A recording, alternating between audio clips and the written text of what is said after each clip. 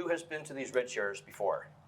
All right, Oh. so usually I have a bunch of questions. You'll notice I have no questions. We're not going to be talking about how to sell a lot of houses. We'll talk about life. And so I'm honored that you're all here. Elisa Bell, Thank you. Ortega, Jenn, thank you so much for being here. And I think I really have nothing. I spoke to each of these ladies individually earlier in the week just to kind of talk in general. And I kind of got like one or two little buzzwords, for lack of a better term, to talk about here. But you're going to each have about 30 minutes. And I'm probably not going to say anything at all, or I may ask for clarification if that's okay. And so I think we may have a signaler out in the audience as far as we want to give all of you equal time. But with you, Elisa, we'll start with you. When we spoke, I got the word resilience from you. Mm-hmm. And so that's all I'm going to say for now. I'll let you go. Okay. All right. Well, thank you. Yes. Thank you for inviting me. Sure. I'll just jump in. In 2009, our very close-knit family suffered a terrible, terrible tragedy. And after I shouldn't say the dust settled because it doesn't, but we learned resiliency. We had to afterwards. And I started writing a book of the story, what happened. So I'd like to kind of read to you, if you don't mind, what happened. Oh, wow. If I start droning or to become monotone, please let me know. Can everyone hear okay? Yes. Okay, fine. Yes? Okay. All right. Here it is. It's the family stuff is bubbling up like crude oil, threatening to choke and drown me again. I've been here before. I've died before. Learning to find myself was a struggle for a long time. It was like feeling my way in the dark, not knowing who to trust, not trusting who I knew. Everything I had faith in had been stripped from me. I guess it was my turn to suffer. It seems frivolous and selfish to say that I was the one who was suffering, while my children were the ones who were alive and thriving. I was the one who seemed to have it all, worthy of it or not. There were so many mistakes I made that could have changed my path, could have changed everything, but they didn't. The one person who truly loved me once told me that I had been born under a star. Things just went the right way for me. They always turned out. Even now, my life looks great. I have successful, happy children, a successful husband, and a business that we built, esteem in our community, health, cars, homes. My parents are alive and healthy. Sometimes, though, they probably would trade their next breaths for peace. I'm not there yet. My kids still need me. Being kicked to the curb by your children has to be the most hurtful thing a person can endure, especially after you've provided the best educations, raised your family within a strong, healthy, extended family, given support and encouragement, have bled and sacrificed, and watched your kids mess up only to pick them up, dust them off, and set them back on the right path. Over and over again, until they forget about you. Or worse, they decide to excise you from their lives. Maybe you gave too much. Without answers, you'll never know. You can ask in every non-confrontational way for 9 years. The answer is not right around the corner. It's not about to come. It may never come. You may have to wait until you shed your body to understand the pain that enshrouded your life. In the meantime, you smile, you make small talk, you make new friends who don't know you or remind you of the life you lost. They don't ask you to go deeper or wait for you to reveal yourself. They take you at face value. None of it is fair. Despite an idyllic childhood of being taught that if you do good, good will come to you, it's not true, and you can't hang on to that once you've been hit between the eyes by a life filled with pain. Here's the story. It was a warm Thursday afternoon in the dead of winter. We wore running shorts and lycra shirts until the sun went down and we had to throw on a sweatshirt. In our Phoenix suburb, the day couldn't have been more normal. Kids had been in school, some parents worked, and grandparents played with their grandchildren. We took it all for granted. Of course we did. We had all been charmed, never having seen the dark cloud that existed for other people. We weren't the other people. Those poor others were the ones that we prayed for. We gave them our used clothing, and we served them food at the holidays. Our ethnic, in the midst of a waspy suburb family, held fast to traditions like going to church on Sundays and holidays, making traditional foods, sharing it with friends, and especially getting together on Sundays at Grandma and Grandpa's house for pasta. We were proud of our family, and we cherished our cohesiveness. Our history was our identity, sometimes to a fault.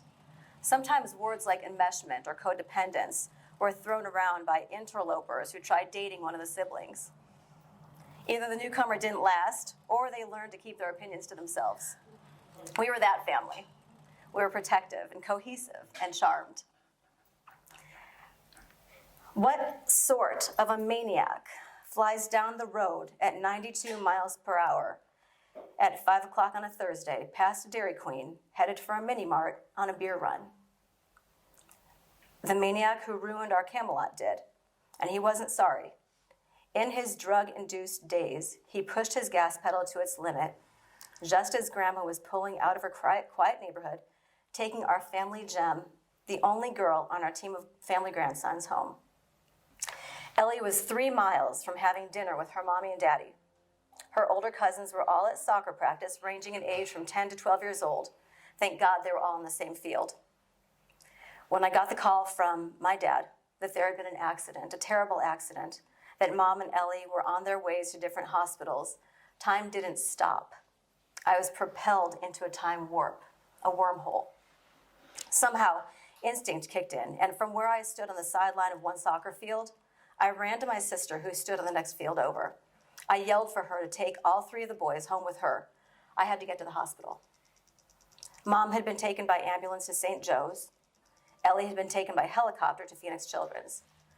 The car had been crushed by the force of the impact, T-boned by a maniac who wasn't even hurt as he sat on the curb while paramedics and firefighters struggled to pry Mom's head out from beneath her steering wheel and cut Ellie out of her perfectly secured car seat.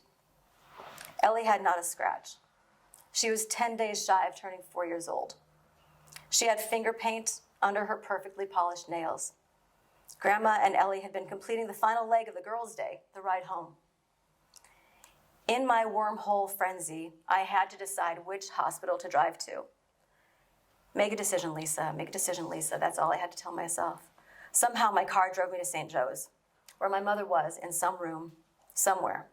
My feet carried me to the ER, where I was told to go to ICU.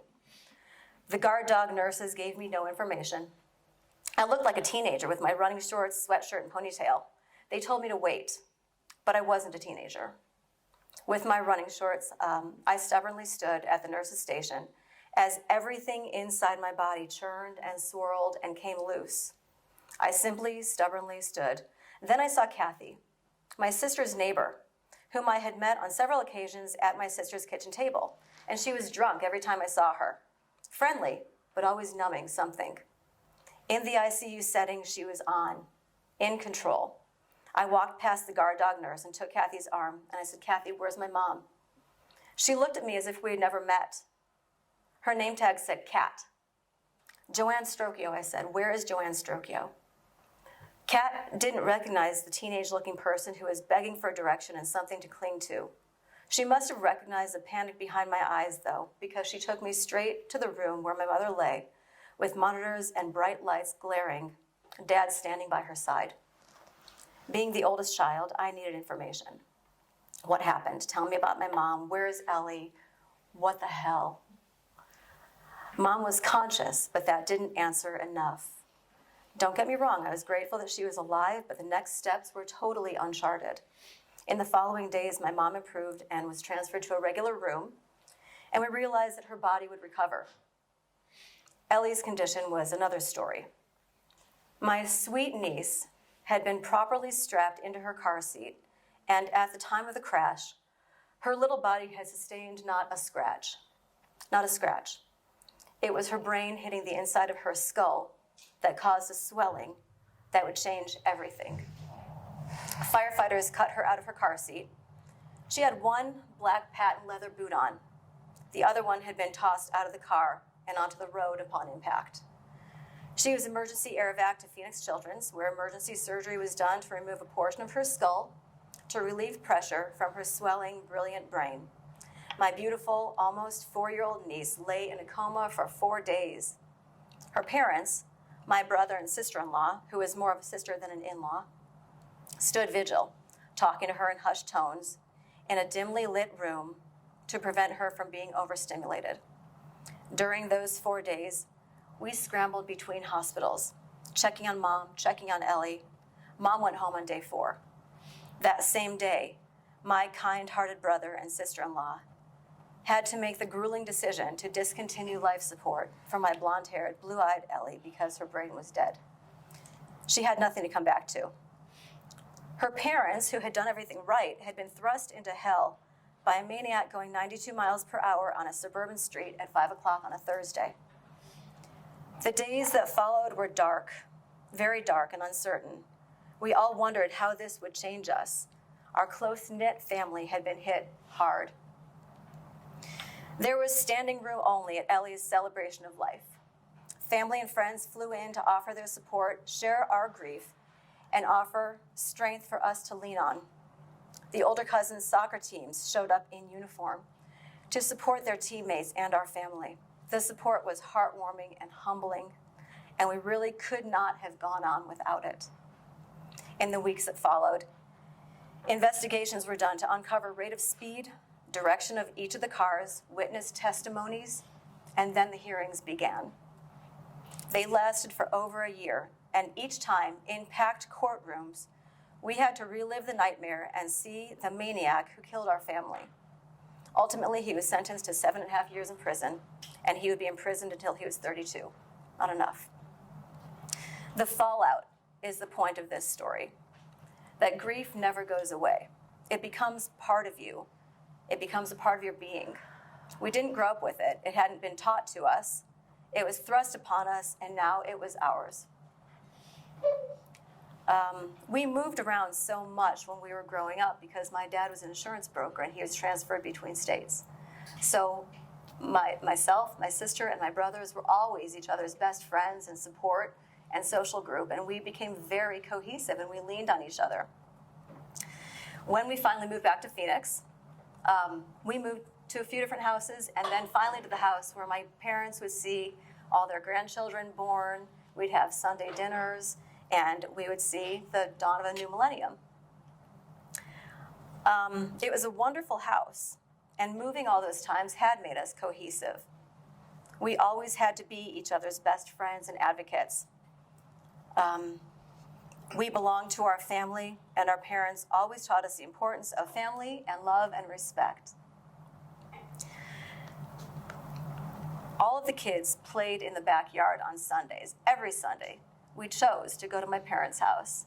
And all of my siblings and our kids chose to be together because we preferred each other. We really liked each other. We loved each other. And the kids grew up more as siblings than cousins. And with all the boys who always had a football game going and were always catching and torturing lizards on the wall and getting scraped knees and playing, Ellie was the one, the youngest grandchild, who would toddle onto the field and steal the football because she wanted attention. She wanted the boys to play with her.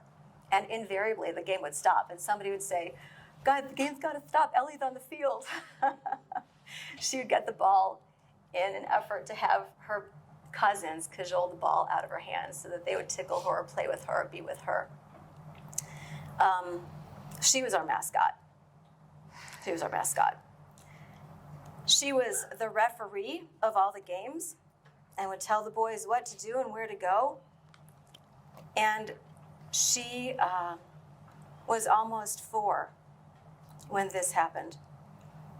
Our family would sit and watch the kids play, and we were all grateful for the dynamics of our healthy children and our healthy, cohesive family. We were all college educated and successful. None of us had fallen onto our paths. We all had the privilege of choosing.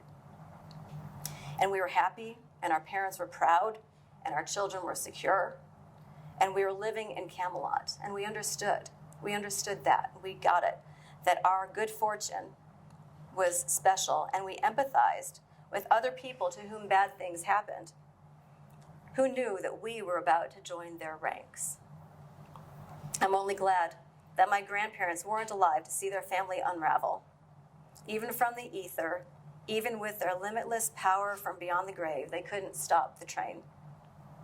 During the year of hearings, support from family and friends poured in and sustained us. Even though they were just hearings, the entire city followed our nightmare, and the courtroom was packed every time. I don't believe that the people who sat with us were remoras. They were sincerely and generously offering their support because we were good people, and we would do it for them if the tables were turned. In the midst of the dark haze, my kind-hearted brother and sister-in-law were gracious. They had lost their daughter, but they were gracious. My dad, who had lost his granddaughter and the twinkle in his eye, was gracious. As he sat in the courtroom on each of those dismal days, he had to think of his wife of over 4 decades, lying at home, recovering. For a year, Mom went to bi-weekly rehab at Barrows. Her injuries were not apparent to people she didn't know before the crash. It wasn't an accident. It was a crash. However, her injuries were glaringly visible to us. She was different and dependent, forgetful, scattered, impatient, and intolerant. Before the crash, Mom reveled in maintaining the magic of childhood for her grandchildren.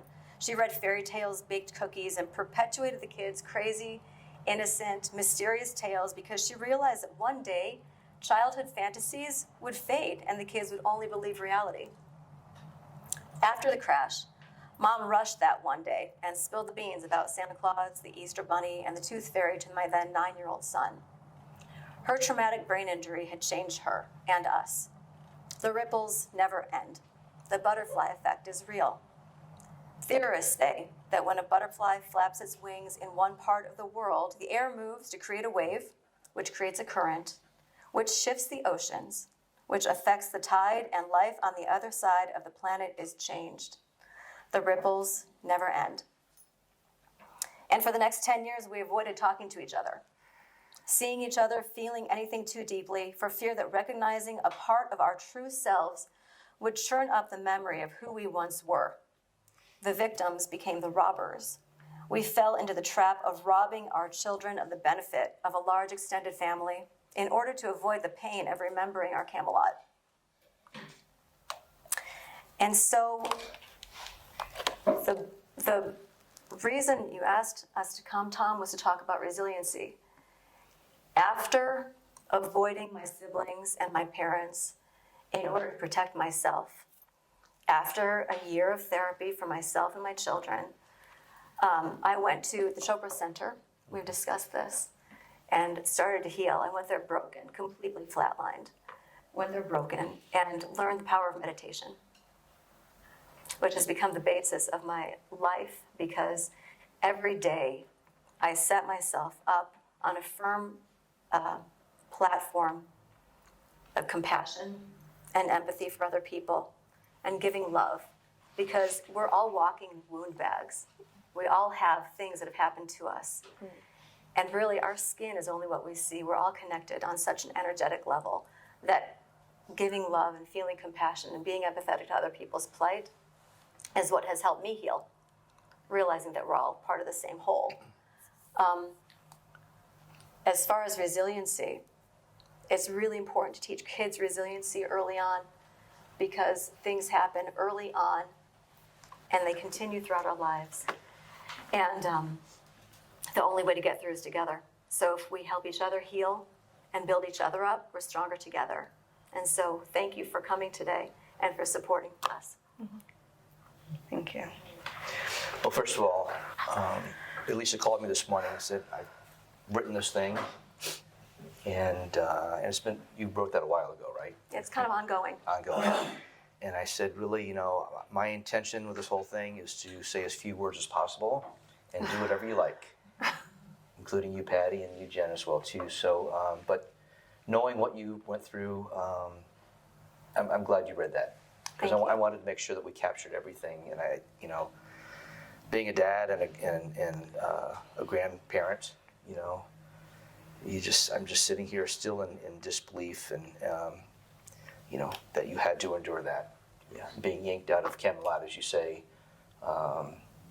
and knowing what you're continuing to go through, you and your family. It's tough. It's tough.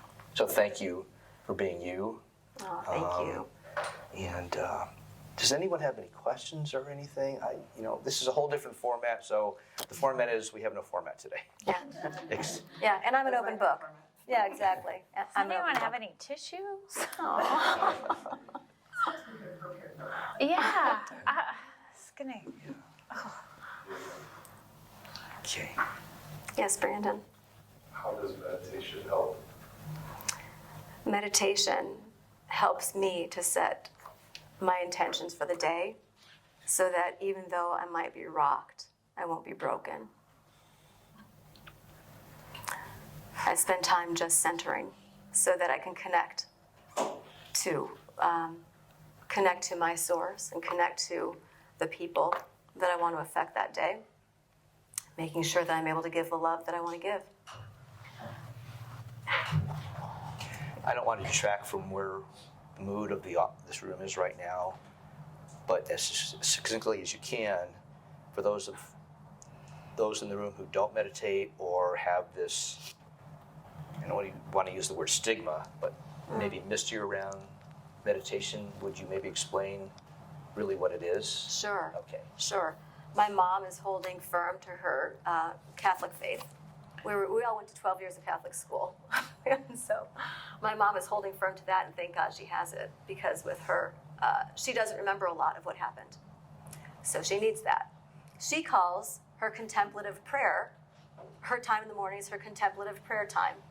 My time in the morning is my meditation time. Other people might, have a different word for it, any kind of connection. For me, it's really just about connecting with my base and my source and who I want to hang on to, what I want to hang on to, the ideas and the intentions that I want to hang on to each day, so that, like I said, I'm not, I can be pushed over, but I'm going to get back up. Okay. That I know about you. Thank you. Anyone else? Patty Ortega. Hi. Thank you. Yeah, thank you Being here. for having me. Yeah. And I'll let you tell your story. We got acquainted back. You spoke at an event because of what you'd been through physically, and then about a year and a half ago or so, I've lost track of time with COVID. You had another situation happen, so the floor is all yours. Yeah. Again, thank you for being out here with me and with the rest of the panelists. But like Tom said, being here, it feels scary, to share our story. But I just want to say thank you, first of all, Tom, because even through, what my family has gone through, Tom has been here, through thick and thin, and everybody in the office has always just been a phone call away, and I'm super grateful for that. My family is too. On January 4th, and like Tom said, and we met because I was doing a talk on a couple of years back, maybe 5 or 6 years ago, and it was I didn't have the group bringing you did, but I grew up in the projects in East LA, and my life story is not pretty, and so just kind of being here today with you guys and being here in the position that I am in real estate and with this successful business, it almost feels unreal. I almost feel undeserving, just because of the way I was brought up and raised. But I had I've overcome cancer on three different occasions, and none of that ever felt as bad as it did, to see one of your children suffered through something traumatic. So on January 4th of last year, my 15-year-old daughter, she suffered a stroke, and I was at home with COVID, and she had just slid breakfast by my bedroom door, and I heard her complaining about a headache. So I'm yelling at her, telling her to take an aspirin, and then I hear her scream, and and then I don't hear her at all. So, you know, and everybody was like super afraid, like of me getting out of my room. Nobody wanted to get COVID, and so I still made my way to her room and found my daughter laying there on the floor. And I have to say, from that moment on, like things really shifted. I took her to the hospital, and we found out she had a stroke. They tried to tell me that she was on drugs, and she was not on drugs. They airlifted her to Phoenix Children's, where we were there for over 2 months. And just sitting here today, it's like, it seems unreal. It seems that even as I sit here telling you the story, like this is not really what happened. Like it's something, you know, it's just a story, but this is real. Like, you know, and I remember like the day we were at the hospital and the doctor comes in and he says, you know, your daughter's in a really bad condition. You know, we don't know what's going to happen. And I remember telling the doctor, like, before you say anything about her medically, I just really would like for you to pray with me. And the doctor kneeled and he prayed. And I just want to tell him, like, you know, in moments like that, like, you know, you feel hopeless, you feel like your whole life, you know, or your whole children's lives, you were the protector. You were the person in charge of making sure everything was always good. And then for that instant, you feel like there's nothing you could do. Like you really have to trust. And I don't know if you're faithful or not, but I am. And I just gave it back to God. And I was immediately, I knew what surrender was. And I knew that I just had to release it right back to him, and that my daughter was going to be fine, however that looked. And I was in a moment where I just got like a peace that I had never felt before. And I just felt like, God, like it's your wish. And, you know, if you are going to heal my child, you're going to heal my child. And so she had one surgery, and it was not successful. They were going to try to go in. So my daughter had an AVM rupture, which is she had a malformation in her brain that had probably formed since she was a toddler. And it was nothing she did or nothing, you know, she ate. It was just the way she was born. And when it ruptured, it caused a stroke. And so there was one of the neurosurgeons went in there and tried to kind of like burn it off and said that would stop the bleeding. And after 10 hours of her being in surgery, they came back and said it was unsuccessful. And so I, you know, again, I was hopeful for those hours, and then, you know, you kind of go right back down.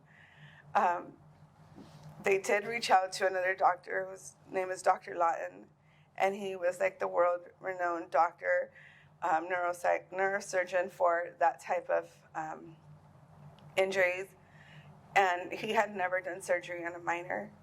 And so at first he said he couldn't do it. And then they went back and took the whole case back to him. And then he went back and he performed surgery on my daughter. And she was the first minor that he'd ever touched. And his surgery was successful. And so we've been going through, you know, a year.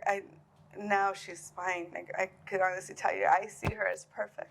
And but through that year, you know, Tom reaches out to me on a couple occasions. You know, we're going through physical therapy, speech therapy, what's the other therapy?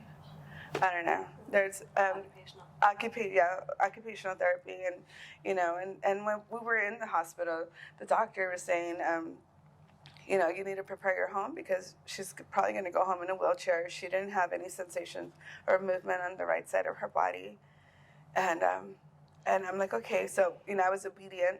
We went back, destroyed a bathroom, made sure she, you know, it was ADA for her to come home in a wheelchair, and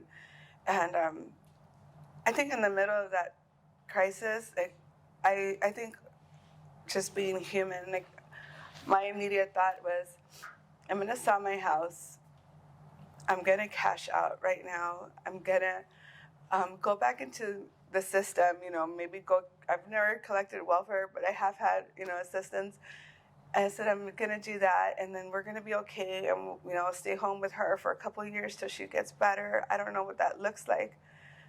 And then my daughter came home walking, and so she yeah, totally. And so she's gone through like all of her treatments, and but I think in the midst of all of that, like I think here we are, like we have this image that we need to carry, like we have this, I'm their provider. I have 5 children, and this is my second youngest. And I have other children that are dealing with whatever they're dealing with, and coping in the only way they can. And I left the hospital only one time just to check on my kids and went back. But I think it's in the moments like this where, we need community, we need people. Keller Williams has done a phenomenal job with culture and creating that kind of family ambiance here, and I'm really grateful for that. Like, I think we all deal with things and catastrophes in different ways, and I reached out to Tom on a couple of occasions where I felt like I couldn't do it. I just felt like I couldn't move forward. I felt like a fraud. I felt like here I'm like, how in the world am I getting onto those top 10 lists on that monthly newsletter? I'm like, how does that even happen? Because I didn't feel like I was making any kind of effort to push my business forward. But I think what we talked about was kind of making like a micro choice and making just small little steps, taking small steps forward. That even when we're going through something dark, even though we're feeling alone or that our business is not where we want it to be, that if we can just pick up the phone and call somebody, that, maybe call one client, maybe call, people in your office, a friend and neighbor, like go out for a walk, because it's so easy. And the only thing that really kept me going was my children. I didn't want them to see that I was falling. I mean, I went to numerous doctors within the past couple of months, and I was diagnosed with PTSD. And then I read a book that I'm sure you guys heard about at the family reunion. Was that the last thing that just happened? Mm-hmm. And I heard somebody talking about it, so I picked it up, and they were talking about PTG, so post-traumatic growth.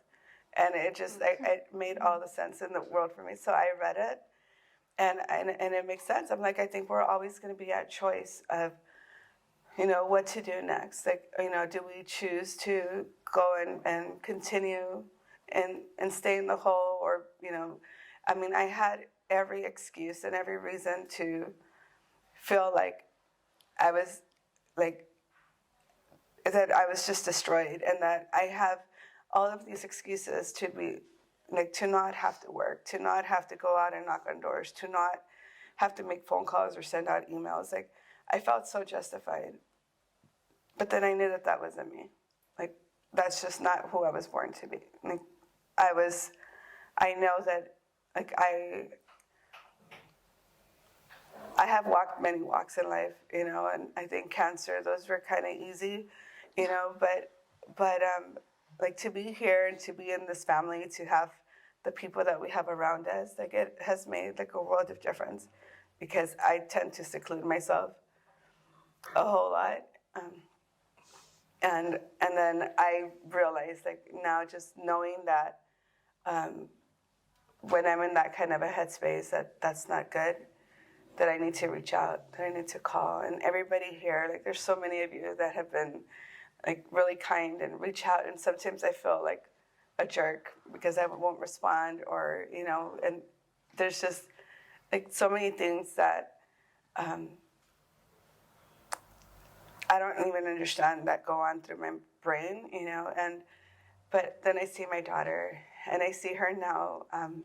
I'm starting to teach her how to drive, and that's scary for me. Yeah. Oh my God. And she's like, she has her sass back, so that's healthy. And, and all of these things that in the past I took for granted. Like, you know, sometimes I would be like, oh my God, why am I your guys' mother? You know, because they're just like, my kids are so different, but they're all really great kids. And just to see Mia, you know, she has a part-time job. She works at Wetzel's Pretzels. You know, she's doing so many things on her own. And I think that this whole journey has made everybody in my family so much stronger and so much closer.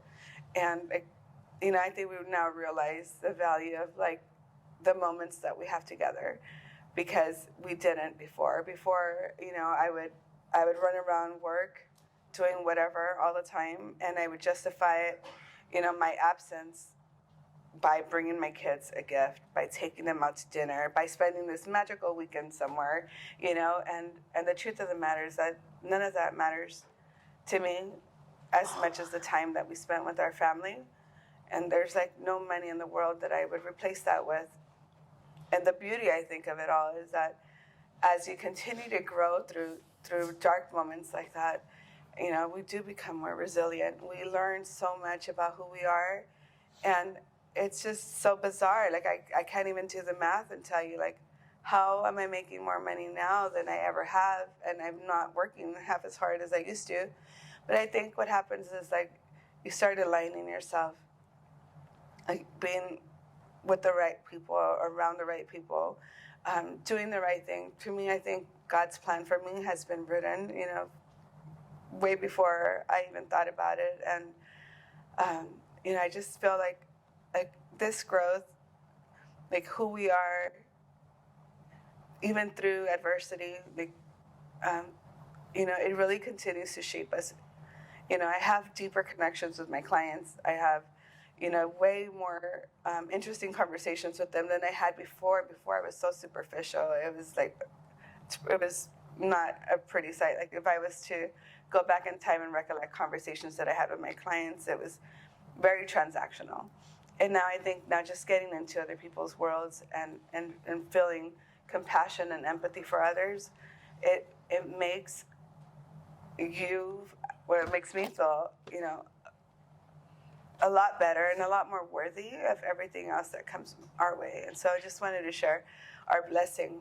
You know, although tragic, it really has brought some new light to our home, to my family, my distant family and close family and friends, you know, and Keller Williams, honestly, like, I don't know, it's always been super hard for me to reach out and ask for help, because I've always felt like I could do it by myself and I don't need anybody. And I showed that to my ex-husband too. So I always feel like I'm going to be able to figure this out. But reaching out to Keller Williams, and I was granted one of the KW Cares grant while I wasn't working with Mia, and it pulled us through. Like, and I was just really grateful for that, like truly. But you know, you always feel like you see these things on the big screens and you don't ever feel like you're gonna ever need it.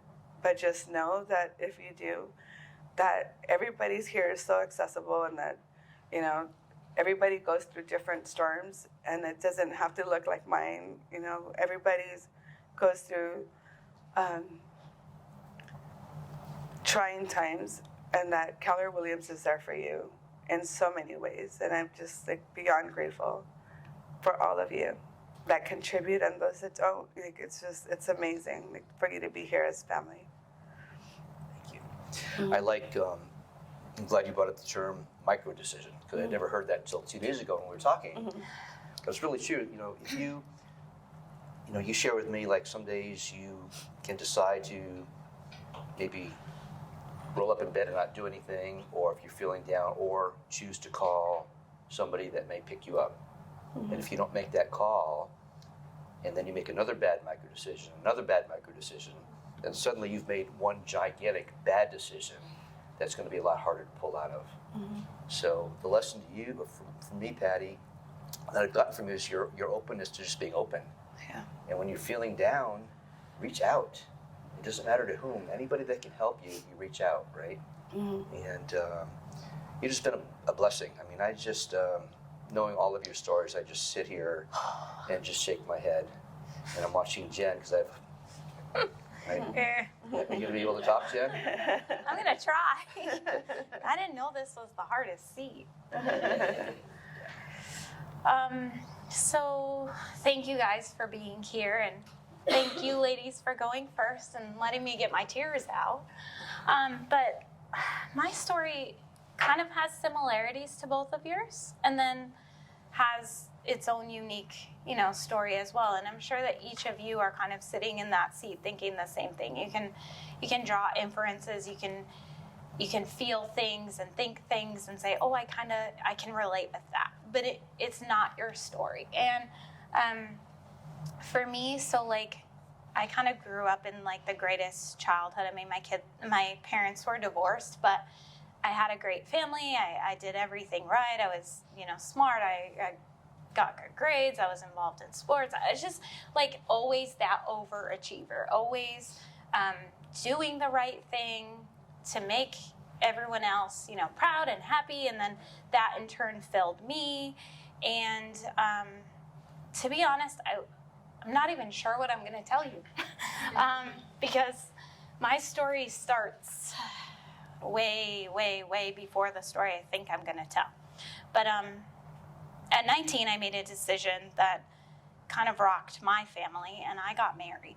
Out of college, I dropped out of college, I got married. My husband was in the military, and we were kind of faced with one of those famous military decisions like, well, hurry up and get your stuff together because your orders come out in 24 hours and you better know what you're going to do next. Well, we were 19.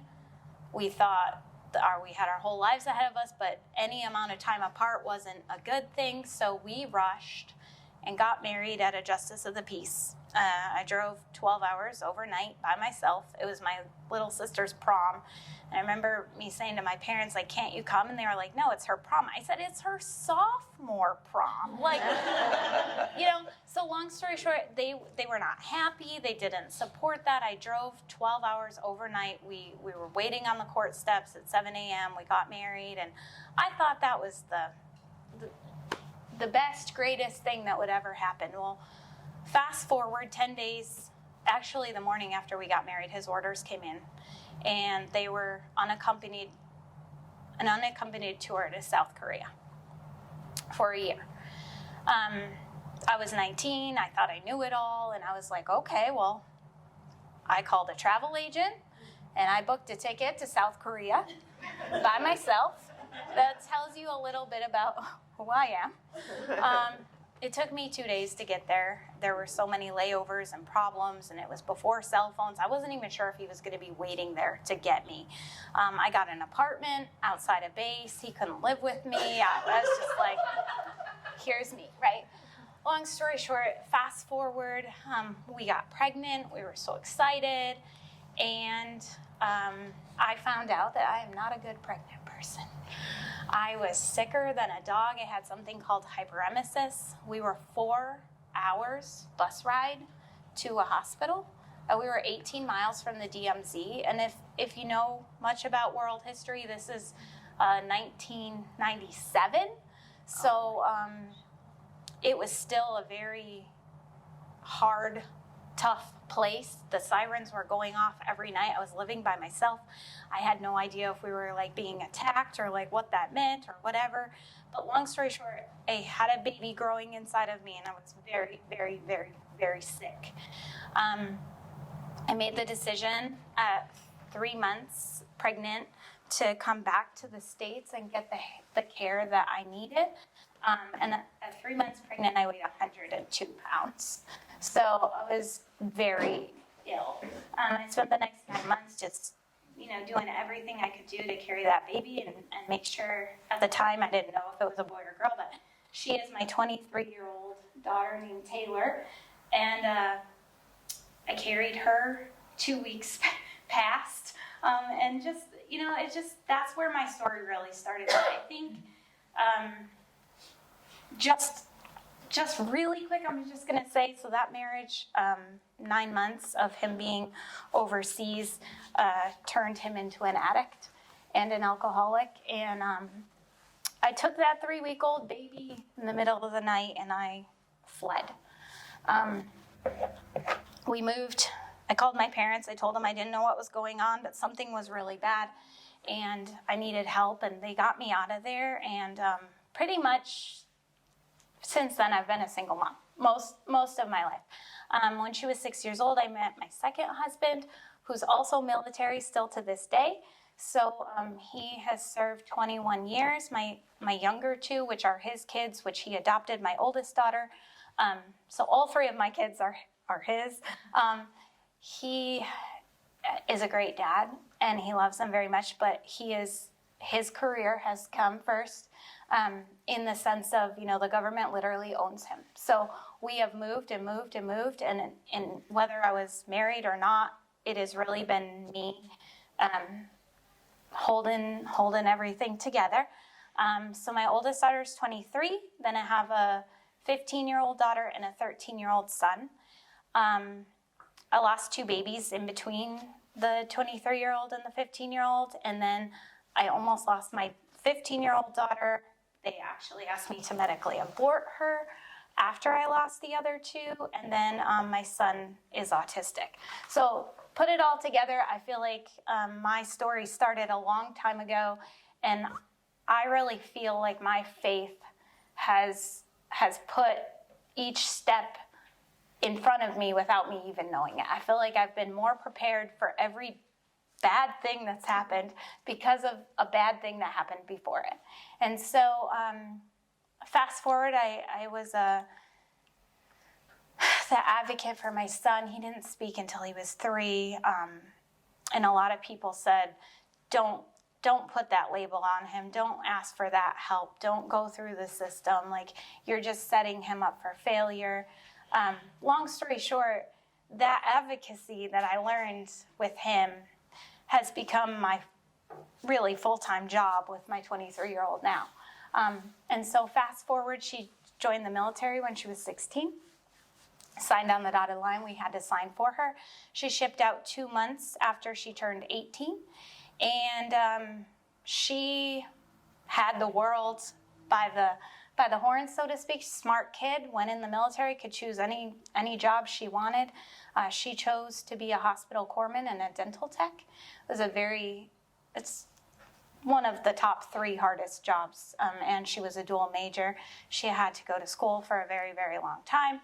She graduated Dean's List. She did it all. She's a singer. She's very talented. She was chosen on a choir in boot camp. She sang choir all the way through her A school and C school, and she was a religious ministries leader. So she was juggling all these balls, going to school full-time, working a full-time job, and really just excelling in every single area. And your mama heart kind of swells up a little, and we've arrived. This is my first kid, and no matter all the crazy twists and turns my life has taken, she's okay and she's good.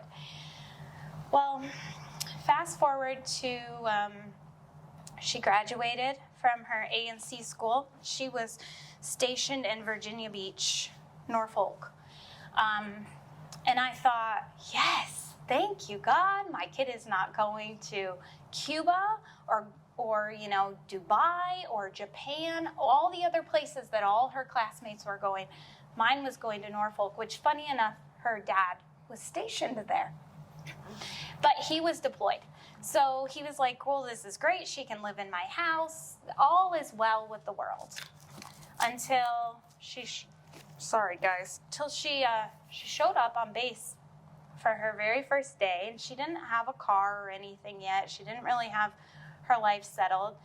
And his car was in the garage, but she had convinced me that she could drive my car because she didn't really like his car. It was a Prius and whatever. So I let her take my car to Virginia, and the very first day she showed up to base, it was like every cosmic answer that could go wrong did go wrong. The base flooded. She had never driven in a flood before, but instead of saying, oh, maybe I shouldn't go that way, she went that way and drove my car through the flood and ripped off a bunch of things underneath it, drove it home making crazy noises.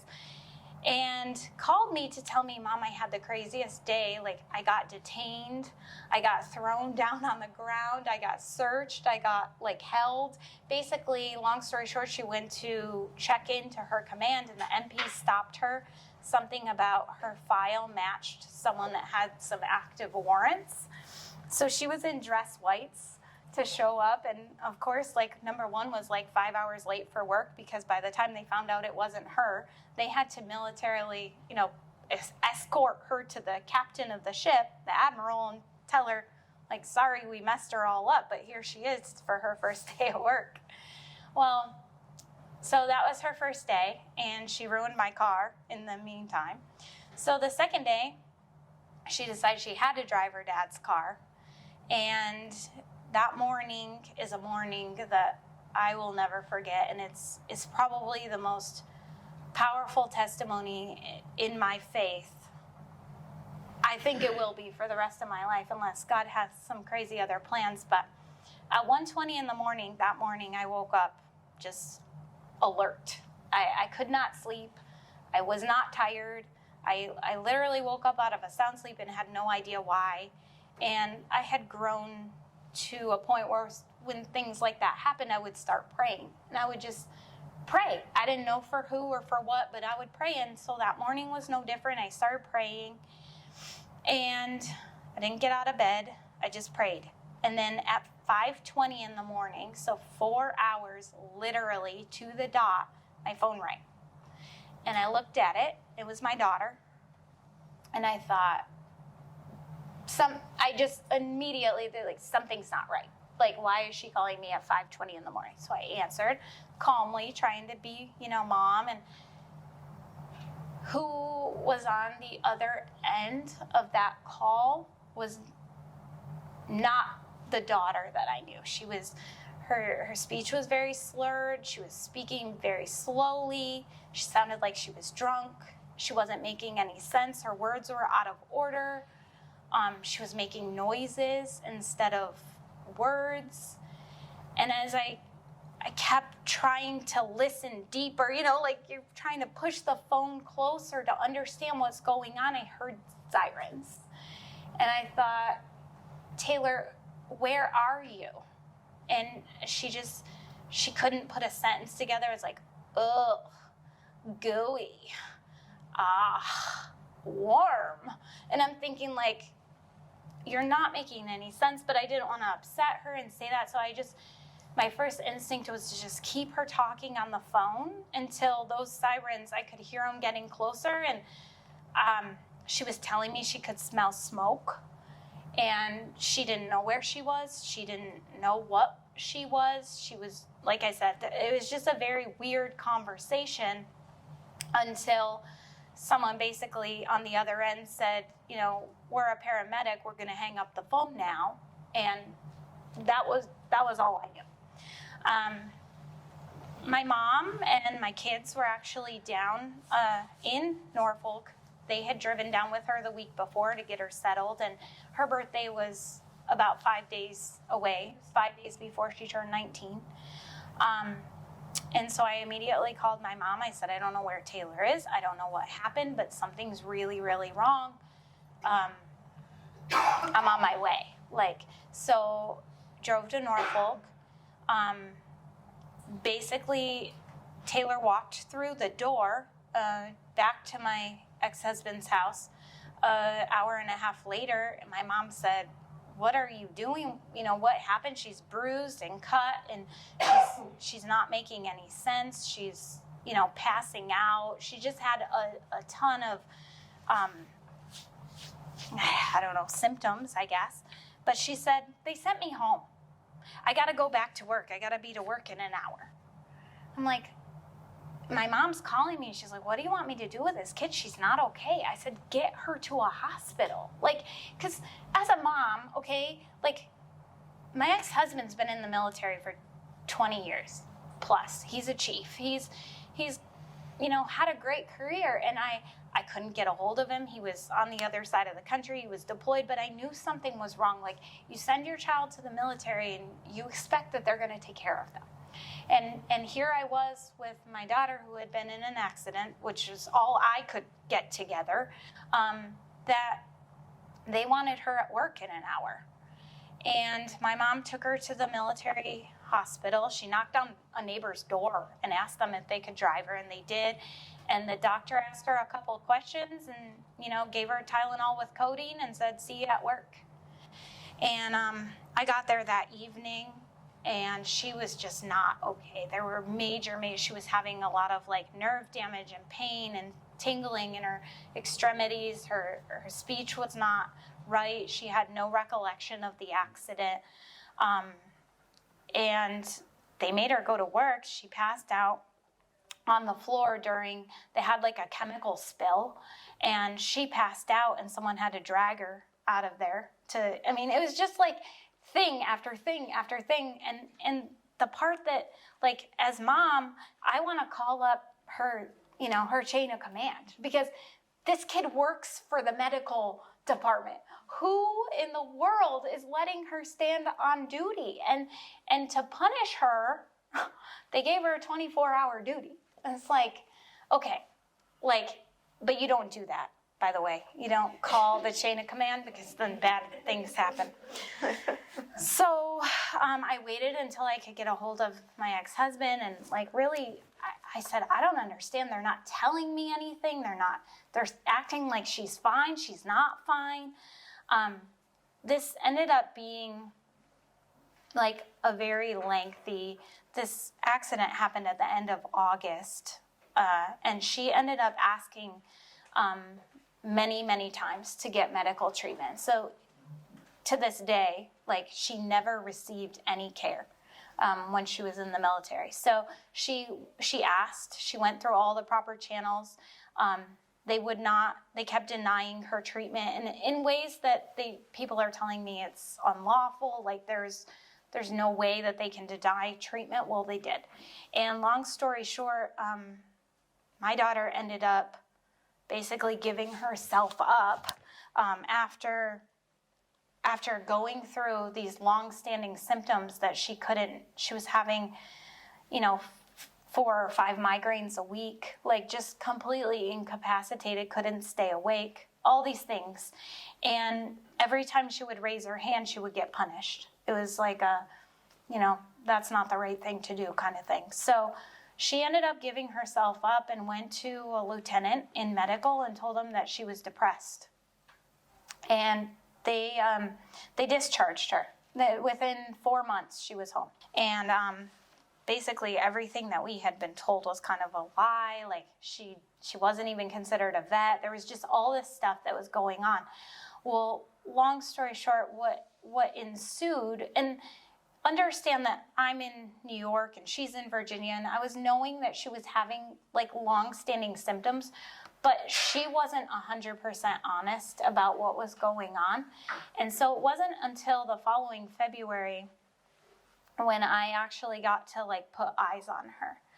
And I realized at that time that things were just not right. This was not the child that I had raised for 18 years, and this was not the kid who had it all together. And I started advocating for her care. We started with a disabled vet group, the DAV, Disabled American Veterans, and they took on her case as a pro bono, because the military didn't even recognize her as a vet. And so they took on her case, and we started the fight of disability, and they gave her 10% for depression. And I was like, Taylor, something's not right. This isn't good. But they were paying her, I think it was $112 a month, and she had medical care. So it got us in the door. And so from there, I just did all the research I could, and I found an advocate, and we fought for her, and we fought for about 3 years to get her the medical care that she needed for us to even know what was the problem.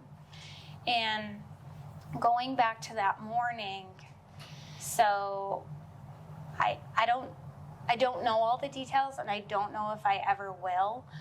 Things were very hush-hush. We were not given, we didn't have a trial, or a name or a face or anything, but my daughter was hit by a drunk driver at 5:20 in the morning. She was turning onto base.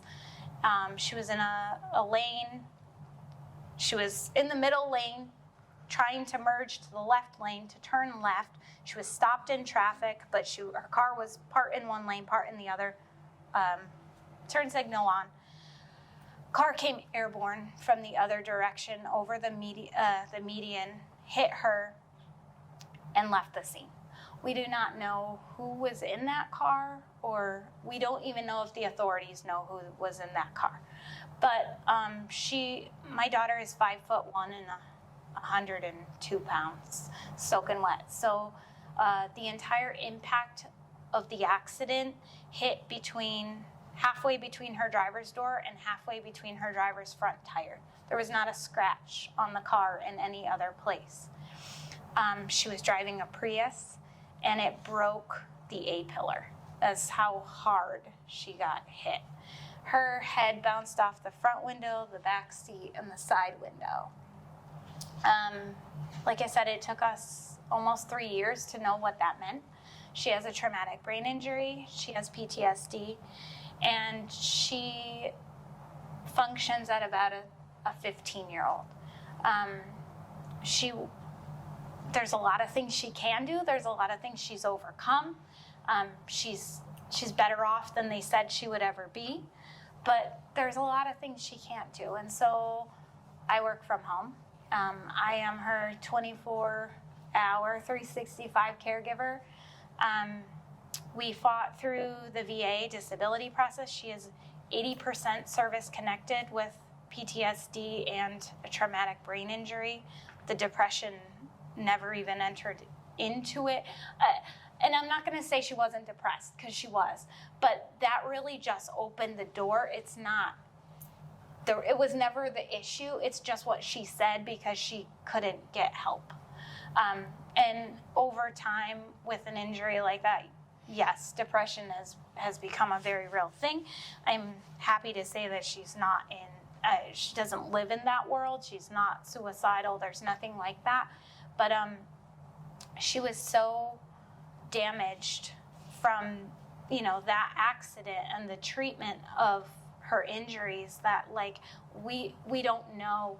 I am envious in a way that, like, she didn't get that choice. She didn't get to be looked at and treated, and we don't know what would have happened if she did. But what I will say is that many, many, many, many times, as life is hard, and it's gonna be hard for a long time, that if any one of you saw her or met her, you would never know. Same with what you said, is she looks like she's got it all together. She's beautiful, she's talented, she's smart, but her short-term memory is pretty much gone. Any rational thinking, pretty much out the window. The symptoms of PTSD and traumatic brain injuries overlap so much that they can't tell where one stops and one starts. She's very, very impulsive. We're here, and that stems from her buying a house, so I'll just tell you that. She makes choices on the fly, and then 5 minutes later feels something completely different. I'm usually running, trying to keep ahead of her, and certain times trying to catch up. But she doesn't have the wherewithal. If I'm not there to take care of her, she could sleep 20 hours a day. She forgets to eat. She forgets to take her meds. She forgets to feed her dog. She doesn't remember, like, normal everyday things that you all are like, oh, I'm hungry, or oh, I'm tired. She doesn't have that. And when we look at that situation, like you said, you have a choice. You can look at that choice and be mad at it. You can be mad at the world. You can be mad at the drunk driver. You can be mad at everybody, or you can choose to have, and this is my key word, I guess, an attitude of gratitude. Mm-hmm. Because I get to see my daughter grow up. It's not the life that I envisioned for her or planned for her, but it's a life. And I don't care who that driver was. I'm not mad at him. I don't want him to pay. It doesn't matter, because to me, the greatest blessing that I got was a 4-hour prayer over my daughter that I don't know if she would have lived if I didn't get the chance to stand in the gap for her. And I love that you had a doctor who was willing to do that with you. Because for me, that was just me. That was just me. But she doesn't remember that night. She doesn't remember that day. She doesn't remember calling me. She has no idea how I knew about her accident. She doesn't even have any idea how her phone would have known to call me. She didn't know who she was, let alone where she was or to call her mom. But I am just so grateful for the life that I've had and all of the crazy upside down, backwards things that have happened, because really, I feel like God prepared me for that moment. He really gave me everything that I needed to fight that battle for her, because she can't. And I have told people on the other end of the VA so many times, I have such a heart for our veterans and how they come home, because you don't know how broken they are. My daughter was not, she was not a war vet. It doesn't matter. She gave her literal life to our country, and she had me. She had me to go fight her battles. But so many of those men and women, they don't have anyone to come home to. They don't have anyone to check on them and make sure they're eating or taking their meds. Or y'all, the disability process, 3 years of fights. And this is not this is medically diagnosed, medically, written, and it's in the VA. It's not, this wasn't a civilian doctor. I crossed every T and dotted every I, and it took us 3 years. Now, I will say she is 80% service connected, but she is paid 100% for individual unemployability, meaning that medically speaking, she will never be able to have a job that provides any kind of income for her. So she is paid at 100% forever, total and permanent. To be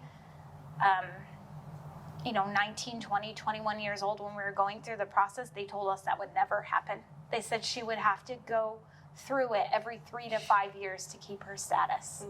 And praise God, he had a different plan, and we didn't have to, because those kinds of fights, even if she's not the one fighting them, it takes a toll on her body.